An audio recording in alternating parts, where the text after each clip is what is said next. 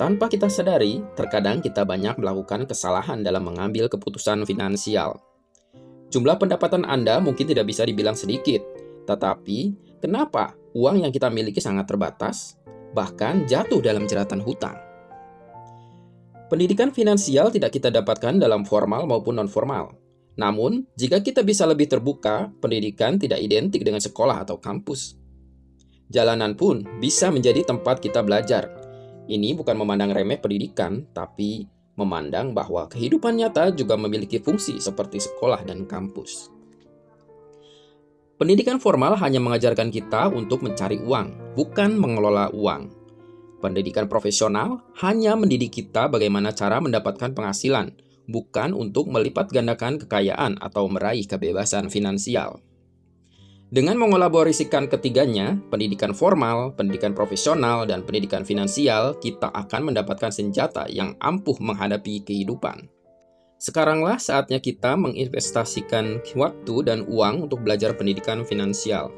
Saatnya untuk mengubah cara berpikir Anda tentang uang, karena itulah pokok penting yang diajarkan dalam pendidikan finansial. Dengan memiliki pola pikir yang tepat, Anda akan menjadi magnet uang. Uang diciptakan oleh manusia, lantas kenapa kita mau diperbudak oleh uang? 8 intisari kecerdasan finansial ini akan menjadi sumber inspirasi, bahan renungan sekaligus panduan Anda dalam melangkah mencapai tujuan dan kesuksesan finansial yang selama ini menjadi impian Anda. Anda siap? Mari kita mulai. Apa maksudnya kecerdasan finansial? Benarkah untuk menjadi kaya dan bebas secara finansial, seseorang harus memiliki kecerdasan finansial yang lebih tinggi dibandingkan rata-rata orang lain? Apakah orang yang pintar secara akademis secara otomatis merupakan jaminan keberhasilan karir dan kesuksesan secara finansial? Ingatkah Anda teman sekelas yang selalu menjadi juara, sekarang mereka bekerja di mana? Bagaimana kondisi keuangannya? Berapa banyak penghasilan dan pengeluarannya? Apakah dia masih harus bekerja keras untuk membayar aneka tagihan? Zaman dulu, orang percaya dengan IQ sebagai satu-satunya tolok ukur kecerdasan. IQ dianggap statis, datang dari sononya. Lain, seseorang yang dianggap bodoh akan selamanya bodoh. Sekeras apapun ia berusaha untuk menjadi pintar, tentu saja orang yang dicap bodoh itu akan kehilangan harapan.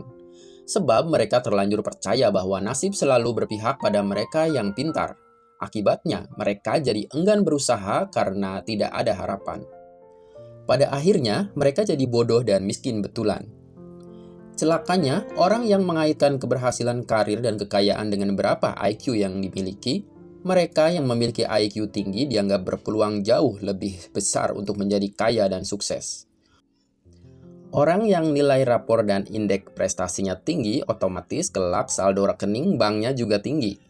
Pasti lebih tinggi dari rekan-rekannya yang nilai rapor dan indeksnya prestasinya lebih rendah. Tapi, nilai rapor dan indeks prestasi tidak mencerminkan kecerdasan seseorang. IQ juga tidak menjamin seseorang menjadi kaya. Tentu saja, kenyataan ini memberi secerah harapan bagi mereka yang termasuk saya, yang nilai rapor dan indeks prestasinya rata-rata saja. Dunia pendidikan formal amat cocok bagi mereka yang ber-IQ tinggi. Menurut paradigma lama, mereka yang memiliki prestasi buruk di sekolah pasti bakal hidup miskin kelak setelah keluar dari bangku pendidikan. Padahal, cukup banyak bukti bahwa mereka yang meraih prestasi bagus di sekolah justru belum tentu kaya dan sukses. Begitu juga sebaliknya, yang prestasi sekolahnya buruk belum tentu memiliki masa depan sesuram nilai rapornya. Untungnya, seorang pakar psikologi jempolan bernama Howard Gardner pada 1983 menerbitkan buku menarik yang berjudul Frame of Mind. Dalam buku tersebut, ia menjelaskan bahwa IQ seseorang dapat berubah setiap saat. Dengan demikian, IQ bukan sesuatu yang statis, melainkan dinamis.